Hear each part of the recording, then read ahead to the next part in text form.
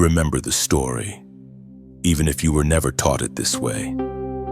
A young figure stands in a place of isolation, far from applause, far from recognition. The days have been long, the work has been hidden.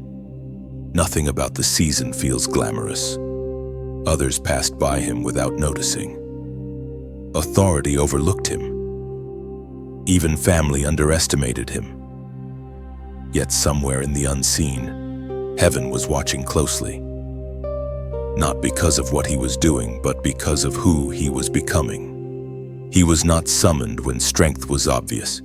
He was not chosen when victory was visible. He was called while still unknown, still tending what others thought was insignificant. Oil had not yet touched his head, but pressure had already touched his soul. That is how God often moves. He marks you long before he announces you. This is where you are right now. You are in a season where it feels like life has slowed down while everyone else accelerates. You are working, waiting, believing, but not yet being celebrated. And part of you has wondered if you missed your moment, if you misunderstood God, if the silence means delay or denial. Listen carefully. This is not absence. This is concealment. This is not rejection. This is preparation. That hidden biblical moment was never about sheep, fields, or oil. It was about alignment. Heaven was aligning timing, authority, and obedience. The calling did not begin when the prophet arrived. It began years earlier, when integrity was chosen without witnesses. That is why the pressure you feel now is so specific. It is targeting your patience, your faith, your identity. Because something big is happening, and it has your name on it. You are not imagining the shift. Something is stirring beneath the surface of your life. Conversations feel heavier. Decisions feel more serious. Distractions that once worked no longer satisfy. That is because God is narrowing your focus. When destiny approaches, options decrease. The path becomes more defined. Comfort becomes less available. This is not punishment. This is precision. You have been asking God for clarity, but what he has been giving you is endurance. You have been asking for doors, but he has been building capacity. If the door opened too early, it would crush you. So instead, he has been strengthening you in secret. The weight you feel is not meant to break you. It is meant to measure you. There is a reason the enemy has been whispering. Nothing is happening. Darkness always speaks loudest right before God moves.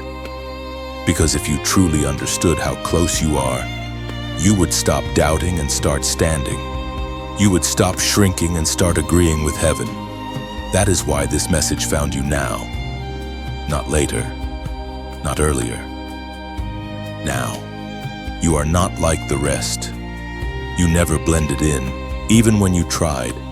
Your spirit has always been too sensitive to truth, too aware of injustice, too uncomfortable with surface-level living. That discomfort was not a flaw, it was a signal. You were designed to carry something weighty, something holy, something that cannot coexist with compromise. This season has been testing one thing above all else. Will you obey without applause? Will you remain faithful without affirmation?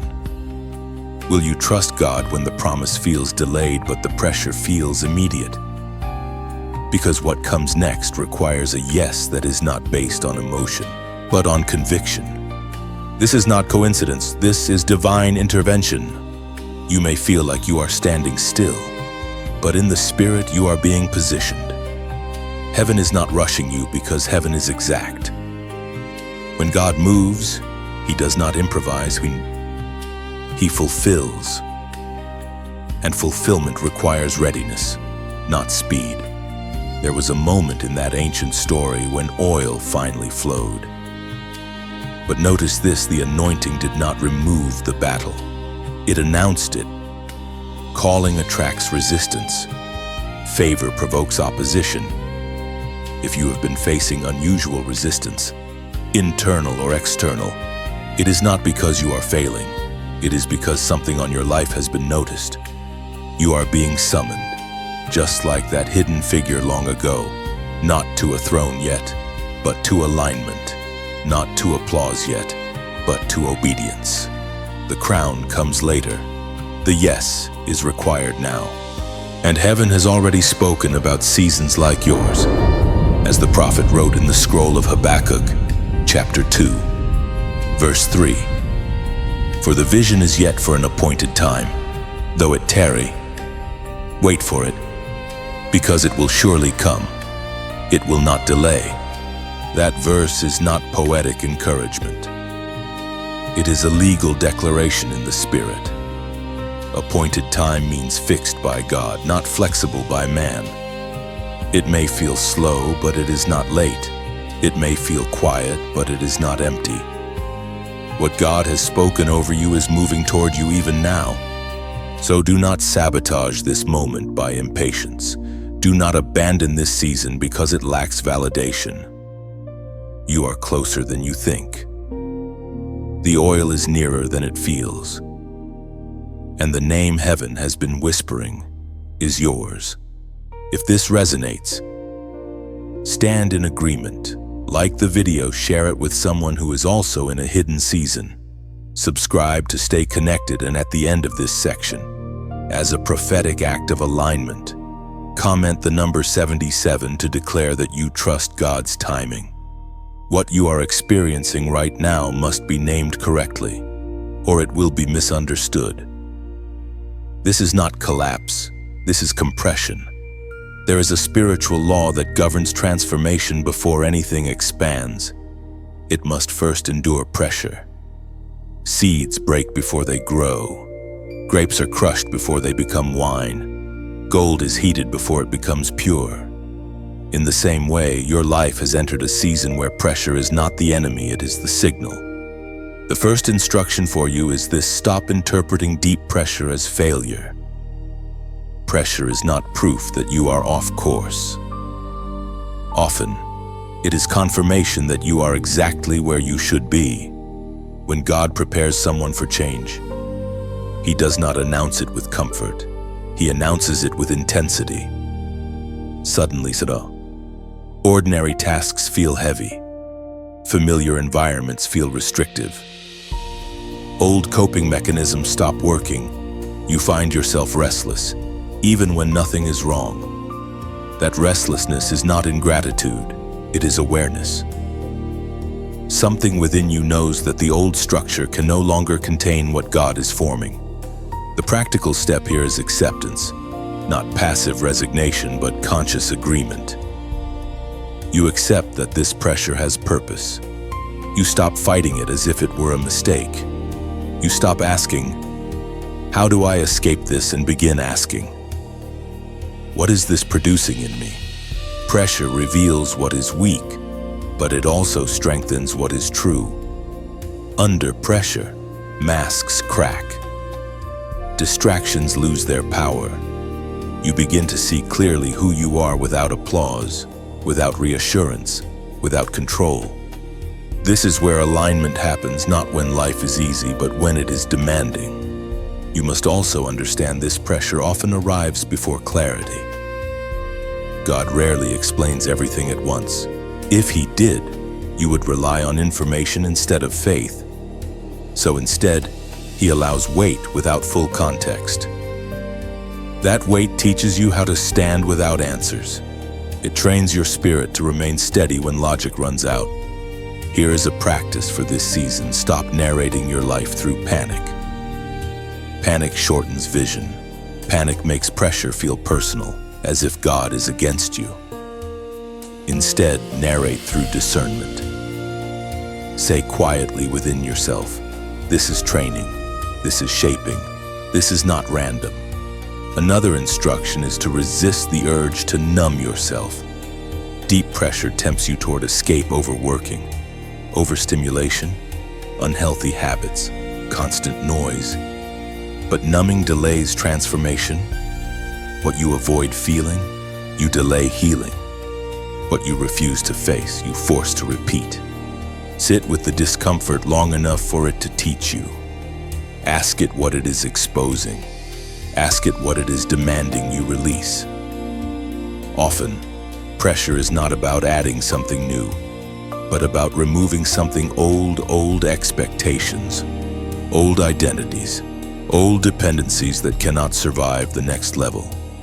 You may notice that people who once understood you no longer do. Conversations feel misaligned. Relationships feel strained without obvious conflict. This is another effect of pressure. It reveals compatibility. Not everyone who walked with you can walk into what you are becoming. This is not bitterness. This is boundaries forming naturally. Do not rush to fix what feels distant. Some distance is necessary. God sometimes creates space not because of rejection, but because of protection. Pressure clarifies who and what belongs in your next season. There is also a mental discipline required here. Pressure magnifies thoughts. If you allow fear to dominate your inner dialogue, pressure will feel unbearable. If you allow truth to lead, pressure becomes manageable. You choose what voice you amplify. When the thought comes, "I can't do this anymore," counter it with, "I am being strengthened." When the thought comes, "This is too much," replace it with, "This is making room. This is not denial. This is alignment with reality at a higher level." Another instruction: remain consistent in small obedience. Pressure tempts you to make dramatic moves, to force change, to rush outcomes. But most breakthroughs are unlocked through unglamorous consistency. Show up. Pray when it feels dry. Do what is right when it feels unrewarded. Pressure tests faithfulness more than faith.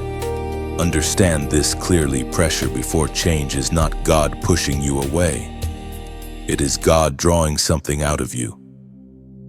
He is revealing endurance you did not know you had. He is teaching you how to carry weight without dropping purpose. There is an ancient spiritual truth that still speaks directly into seasons like this one. The apostle reminds us in his letter to the Romans, chapter 5, verse 3. We glory in tribulations, also knowing that tribulation worketh patience. Tribulation is not celebrated because it is pleasant. It is honored because of what it produces. Patience here is not passive waiting. It is fortified endurance, the ability to remain intact under pressure. That is what is being formed in you. So the instruction is simple, but not easy. Stay present. Stay faithful. Stay honest. Do not abandon yourself in this season. Do not betray your process by comparing it to someone else's timeline. What God is building in you requires this depth. The pressure will not last forever, but the strength it produces will. When the shift comes, and it will, you will look back and realize that this was the moment you were quietly prepared to handle what once would have overwhelmed you.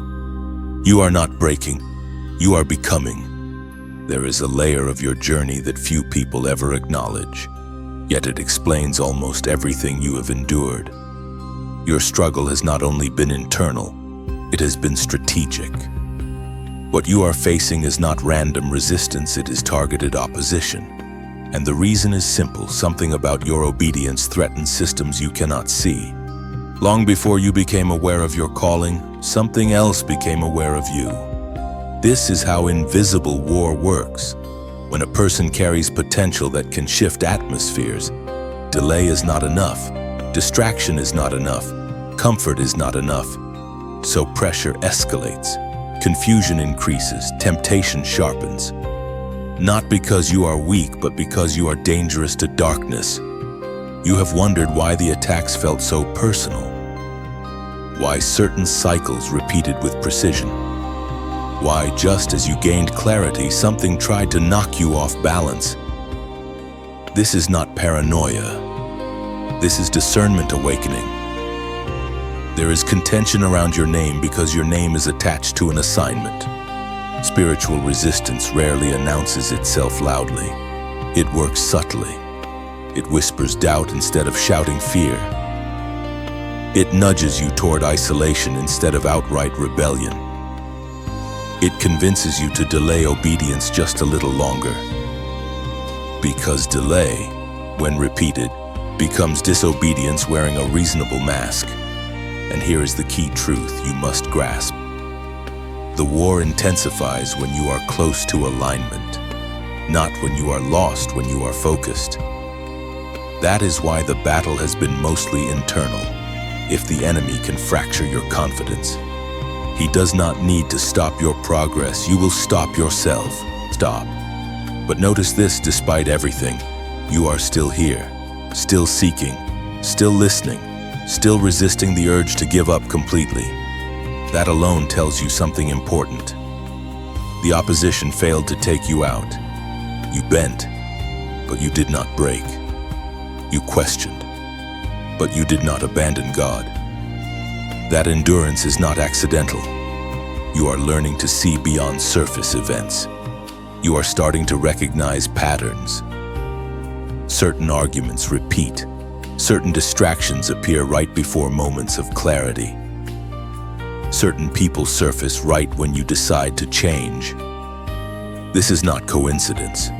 This is timing being contested. The practical instruction for you in this section is awareness without obsession. You are not called to fear the battle. You are called to recognize it so you do not mislabel it. Not every hard moment is spiritual warfare, but every moment of warfare tries to look ordinary. You do not respond to this war with panic. You respond with alignment. Darkness loses power when it is exposed but not entertained. When you stop reacting emotionally and start responding spiritually, resistance weakens. Another instruction: guard your inner dialogue. Most battles are won or lost in thought before action. If the enemy can shape how you interpret events, he can shape your decisions. That is why you must slow down your reactions. Ask yourself, is this pulling me toward obedience or away from it? That single question dismantles many traps. You are not fighting to prove yourself. You are standing to protect what God is forming. There is a difference. When you fight to prove, you exhaust yourself. When you stand to protect, you become steady. Understand this also: being targeted does not mean you are special in pride. It means you are specific in purpose. Heaven assigns weight to certain lives because those lives can carry influence without corruption. That is rare. And rarity attracts resistance. This is why rest has been hard. Why your mind stays alert even when your body is tired. Why silence sometimes feels louder than noise. Your spirit has been on watch, but now comes balance. You are not meant to live in constant vigilance. You are meant to live in authority. Authority does not strive. Authority knows when to speak and when to remain still. Authority understands that not every battle requires confrontation. Some battles are won simply by refusing to disengage from God. The ancient words recorded in the second letter to the Corinthians, chapter 10, verse 4. For the weapons of our warfare are not carnal, but mighty through God to the pulling down of strongholds. This verse is not meant to frighten you. It is meant to focus you. Your real battle has never been people, circumstances, or setbacks. It has been about position. Who occupies your attention? Who shapes your obedience? Who defines your identity? When you stop blaming yourself for every struggle and start discerning the nature of the resistance, shame loses its grip. You realize you were not failing, you were contending. And here is where response matters. Do not declare victory loudly yet. Do not rush to celebrate prematurely. Instead, anchor yourself inwardly. Choose alignment again. Choose obedience again. Choose stillness again. Every time you choose alignment, you weaken opposition without making noise. At this moment, I want you to make a simple declaration, not for the algorithm, not for others, but as an act of clarity for yourself. Comment a short phrase, under 4 words. I stay aligned. Now understand why this matters. You are not commenting to convince God. You are not commenting to impress anyone. You are externalizing an internal decision. Words spoken, even typed, create alignment between intention and action. This phrase declares that no matter the resistance, no matter the pressure, no matter the delay, you will not drift. Alignment is how wars are won quietly, and you are learning how to stand. There comes a moment in every calling when heaven grows quiet, not because God has withdrawn, but because a decision is being observed. This is the threshold moment. Nothing dramatic may appear on the surface, yet everything is poised beneath it. You feel it as a pause that is heavier than motion, a stillness charged with consequence. This is where many turn back, not out of rebellion, but out of uncertainty. But you are still here, and that matters. A threshold is not a door you force open. It is a line you choose to cross. You have already sensed that your next step carries weight. Ordinary choices no longer feel ordinary. Words feel costly. Commitments feel permanent. You are aware deep down that something in your life cannot remain undecided much longer. This is not anxiety. This is awareness sharpening. Heaven is not rushing you, but heaven is watching. What you decide in quiet moments often determines what manifests in public ones. This is where obedience becomes less about rules and more about trust. God is not asking you to perform. He is asking you to agree. Agree that His timing is wiser than your urgency. Agree that His perspective is higher than your understanding. Agree that surrender here prevents regret later. Many people miss their threshold because they wait for certainty. But certainty rarely comes before obedience. It comes after. The clarity you are looking for is on the other side of the step you are hesitating to take. That is why this moment feels stretched. Heaven is giving you room to choose freely, not under pressure, not under fear, but under conviction. Notice how distractions have intensified lately. Small things suddenly demand your attention. Old habits resurface. Familiar voices question your resolve. This is not accidental. Thresholds attract interference. Anything that can delay a decision will attempt to do so. But delay is not neutral. Delay is a decision to remain where you are. And you already know you cannot stay here.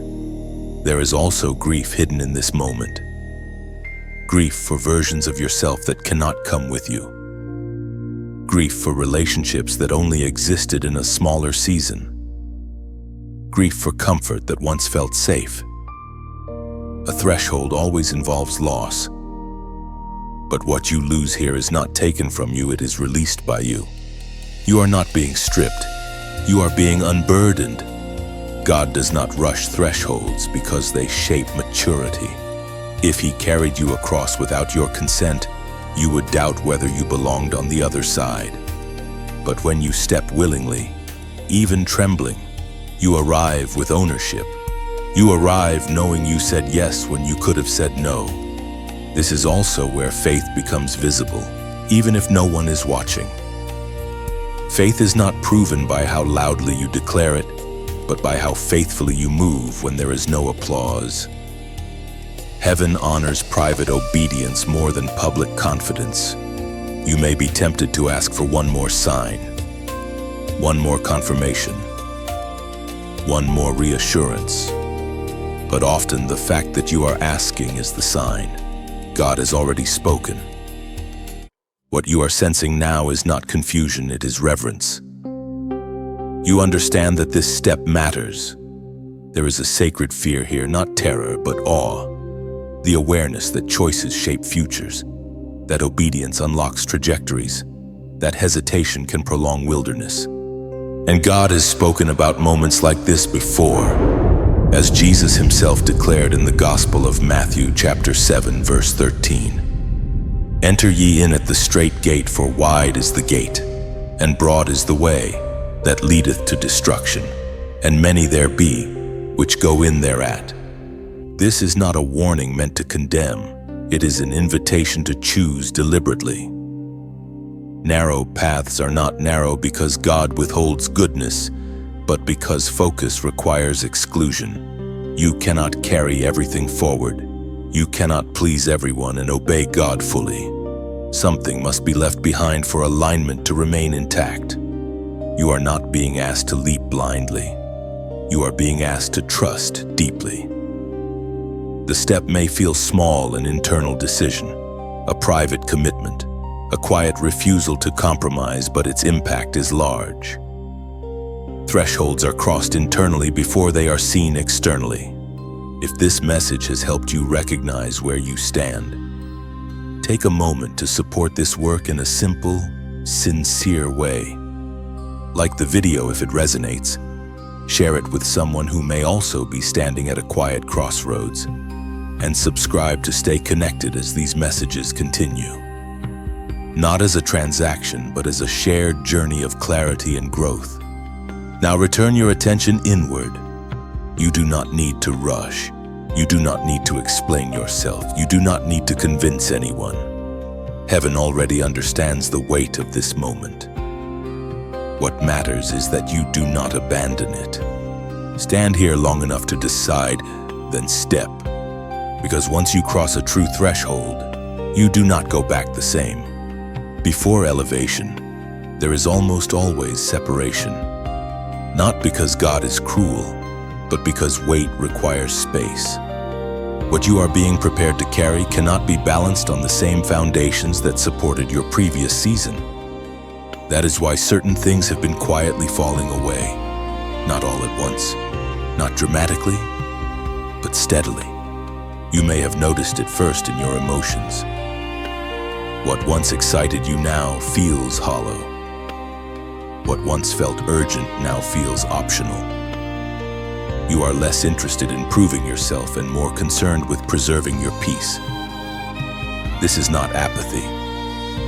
This is discernment maturing. Separation rarely looks holy at first. It often looks like loneliness. It feels like being misunderstood. It feels like standing in a room full of people and realizing you no longer speak the same inner language. And the instinctive response is to blame yourself, to wonder if you are becoming distant, cold, or disconnected. But the truth is simpler and deeper. Your capacity is changing. God does not elevate people who still need constant validation.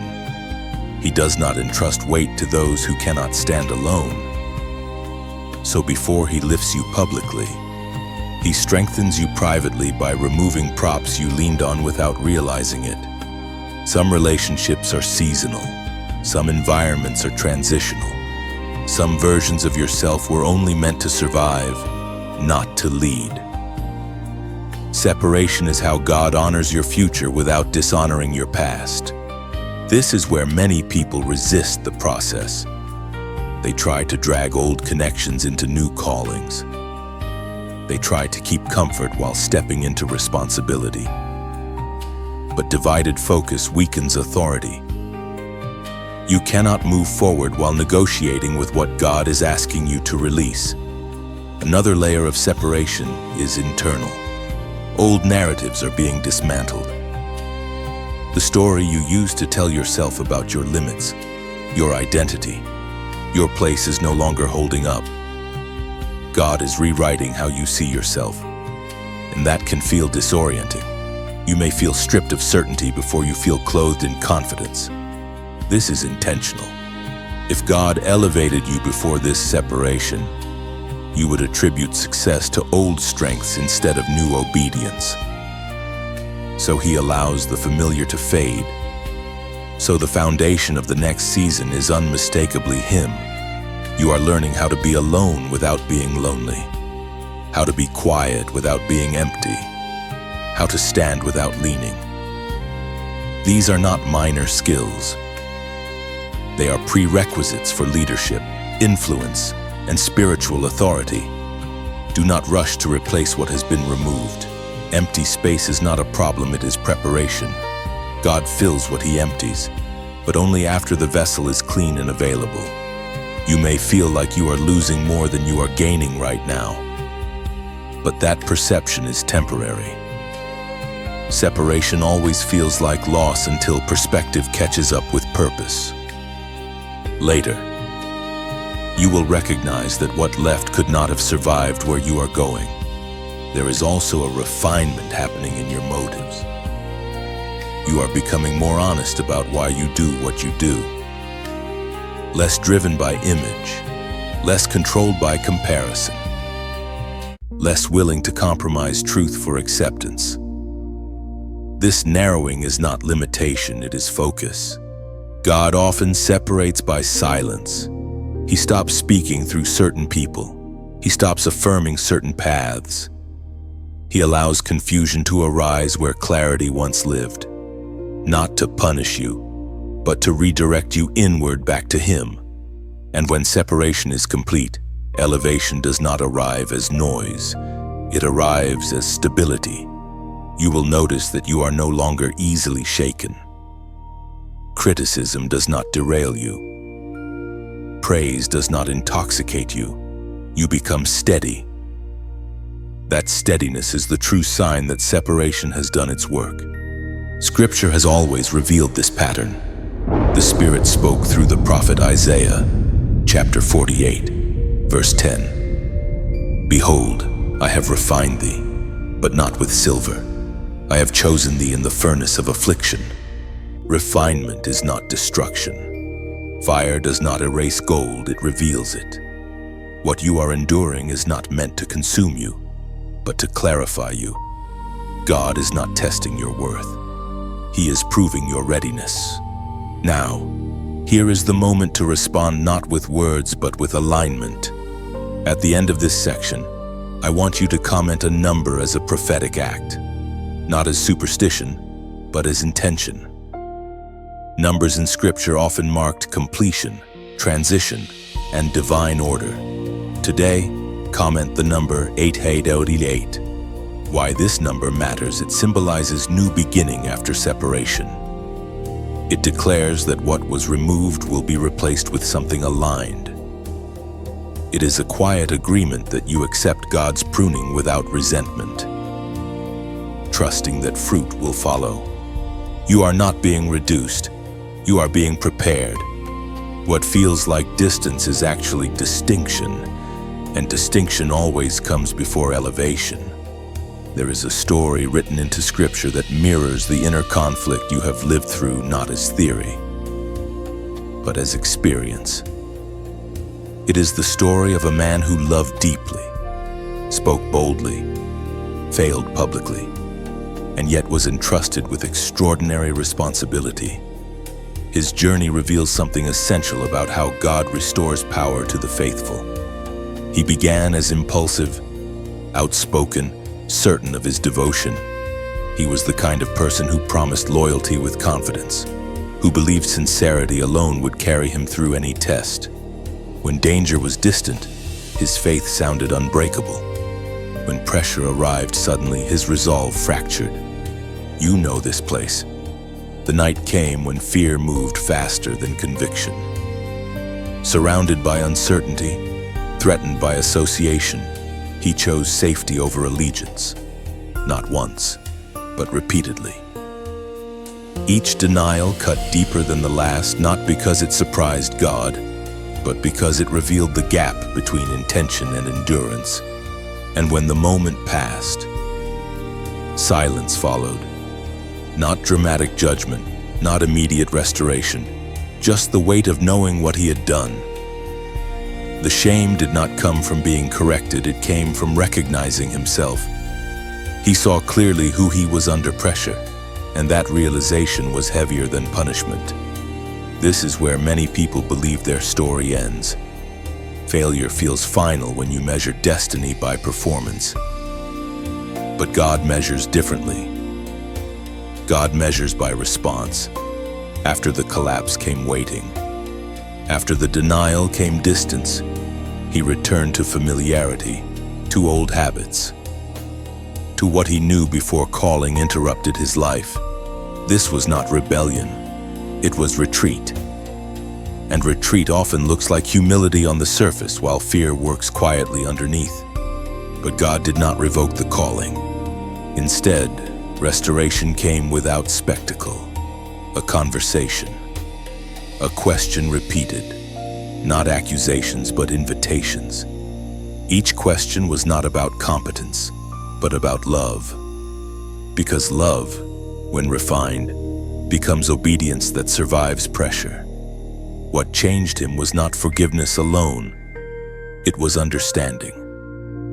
He understood now that confidence without surrender is fragile.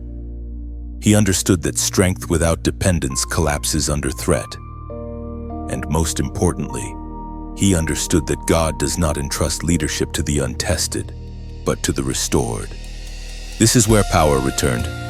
Not the loud power of bravado, but the steady authority of someone who knows his weakness and stands anyway.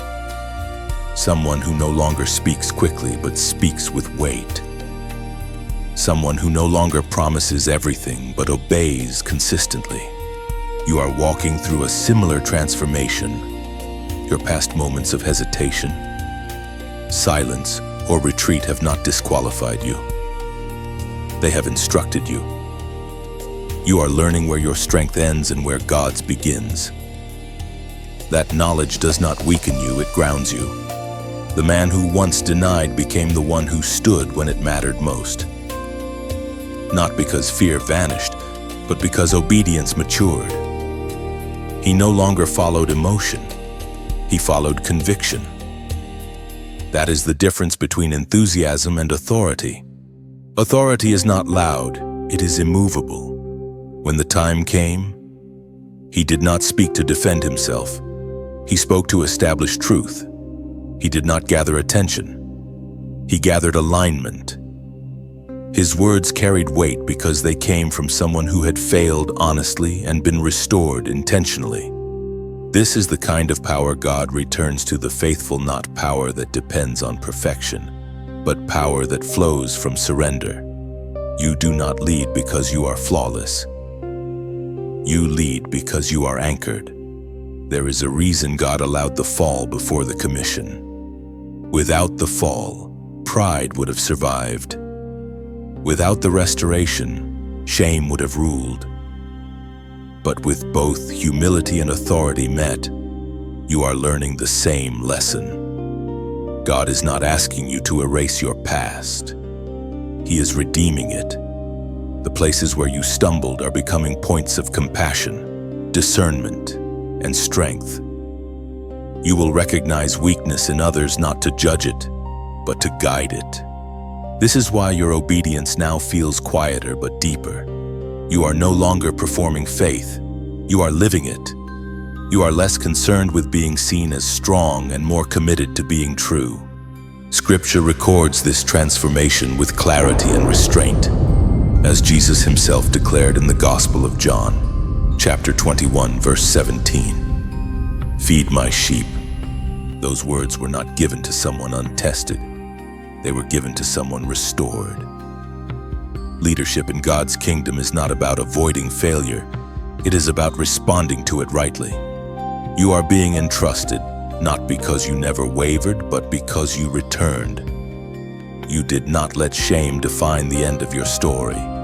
You allowed grace to complete it. The same God who restored him is shaping you now. Power is returning not suddenly, not dramatically, but steadily.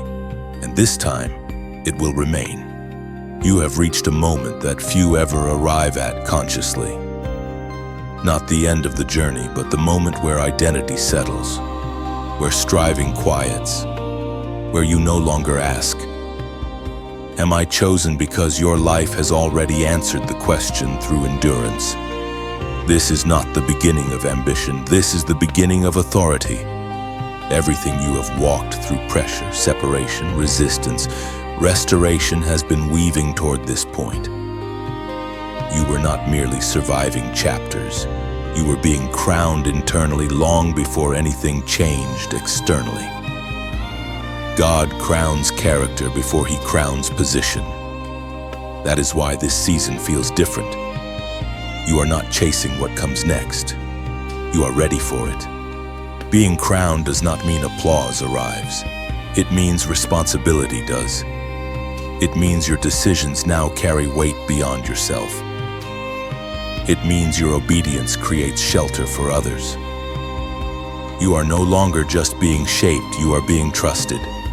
This is where many misunderstand God's favor. Favor does not always elevate you above people. Often it places you beneath them in service. The crown in God's kingdom is not for display. It is for burden bearing. And you are discovering that you can carry more than you once believed, not because you are stronger, but because you are surrendered. You no longer need constant reassurance. Silence no longer terrifies you. Delay no longer offends you.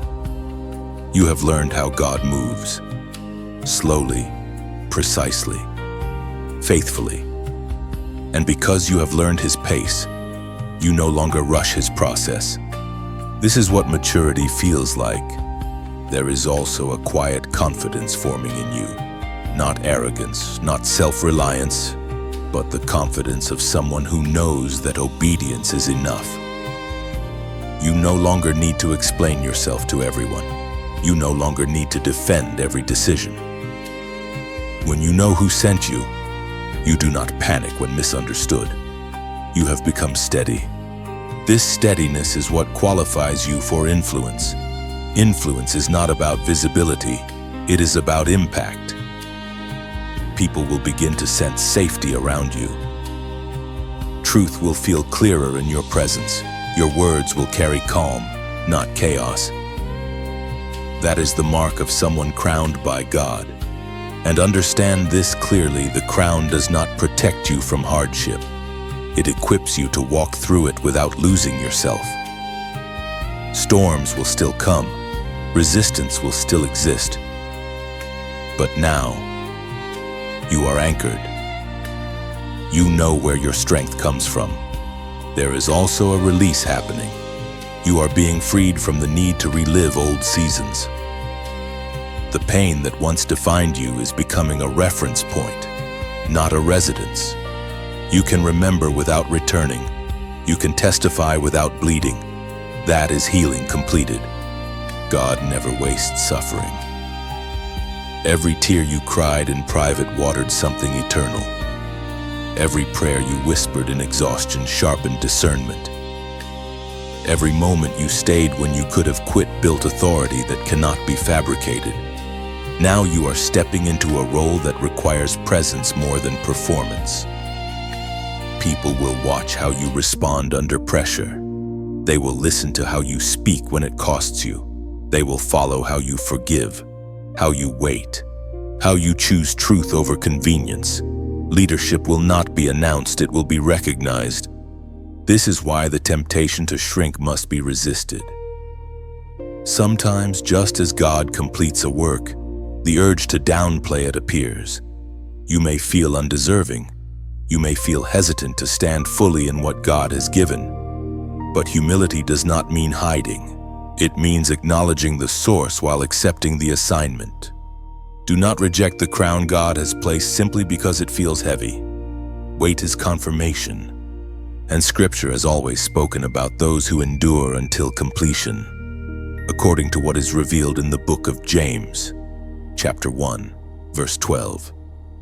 Blessed is the man that endureth temptation, for when he is tried, he shall receive the crown of life, which the Lord hath promised to them that love him. That crown is not metaphor alone. It is the authority to live unshaken, to love without fear, to stand without compromise.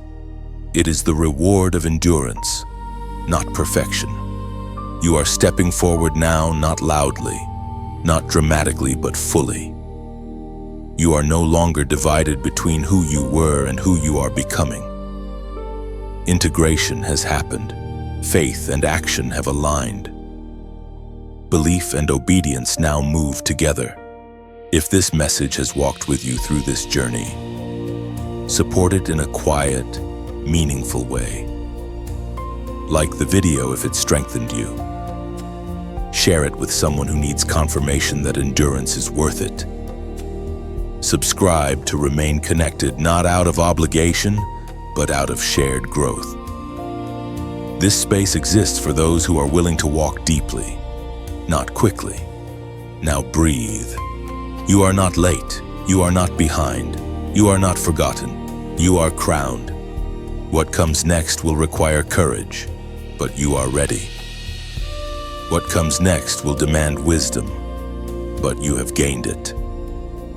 What comes next will stretch you, but it will not break you because you are no longer carrying it alone. You were chosen for this moment, and now you walk forward as one who knows it.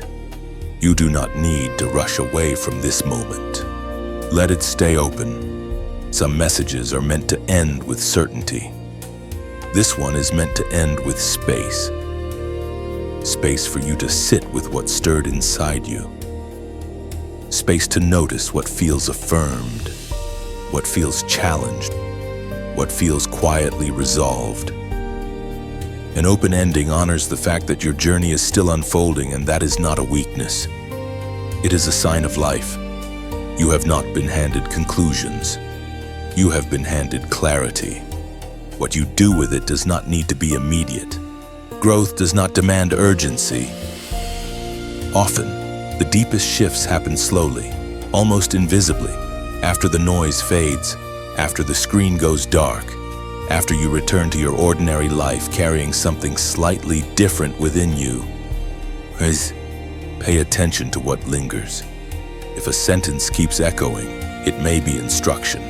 If a feeling keeps returning, it may be confirmation. If a discomfort remains, it may be an invitation to change. There is no pressure here to prove anything. No requirement to announce decisions, no demand to perform spirituality. What matters is what happens when you are alone with your thoughts, your choices, your quiet moments of honesty. You are allowed to move forward gently. You are allowed to take what resonated and leave what did not. Truth does not force itself, it waits to be recognized. And when it is real, it continues to work long after words stop. If at some point you feel that this message helped you, strengthened you, or gave language to something you were already sensing, you are welcome only if you want to express that. A like, a share, a quiet passing along to someone who might need it. Not as an obligation, as simply as a natural response. And if you choose to do nothing at all, that is also enough. The work has already begun where it matters most inside. Stay attentive to your inner alignment. Stay honest with yourself. Stay open to growth that does not announce itself loudly. Your path does not need witnesses to be valid. This ending is open because your story is still being written, and you are still becoming